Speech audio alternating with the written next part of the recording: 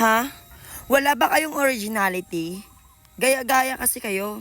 May nagawa na akong video tungkol dito, be, sa atin na to dahil may nakagawa ng ganyang emoji, be. Huwag nyo nang gayahin yung iba.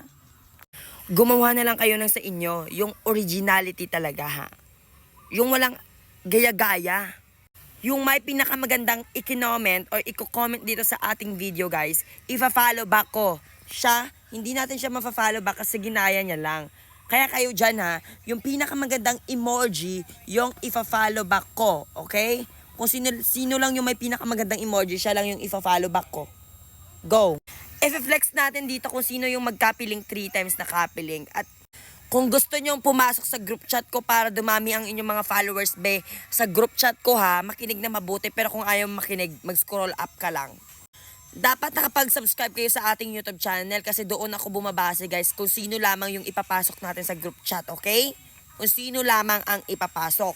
So, yung link ng YouTube channel ko nasa bio ko dito. Sa TikTok, click mo lang yung profile ko. May makikita kang link na nasa bio ko.